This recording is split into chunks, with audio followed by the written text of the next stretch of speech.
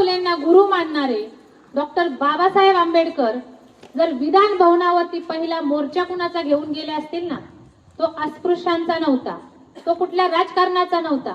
बाबासाहेबांनी पहिला विधान भवनावरती नेलेला मोर्चा शेतकऱ्यांसाठी होता. आणि त्या दिवशी या देशातला शेतकरी सुखी होईल, आपल्यावरती अन्याय होतोय हे त्या दिवशी शेतकऱ्याला समजेल. आज आपल्या कांद्याची काय परिस्थिती आहे, आपल्याकडे ऊसाची बिलं निघत नाहीत, आपल्याकडे सोयाबीन कापूस कसल्याही मालाला भाव नाही.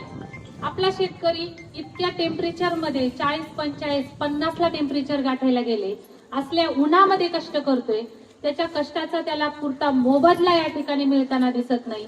जे शेतकऱ्यांचे प्रश्न आहेत, जे शिक्षणाचे प्रश्न आहेत, प्राथमिक शाळा बंद पडत आहेत, या सगळ्यांपासून लक्ष भरकटवण्यासाठी आपल्या समोर रोज एक नवीन बाबा बुवा कुठला तरी वाचाळवीर असल्या गोष्टी आणल्या जातात आणि आपण तेच मोबाईलवरती बघत बसतोय.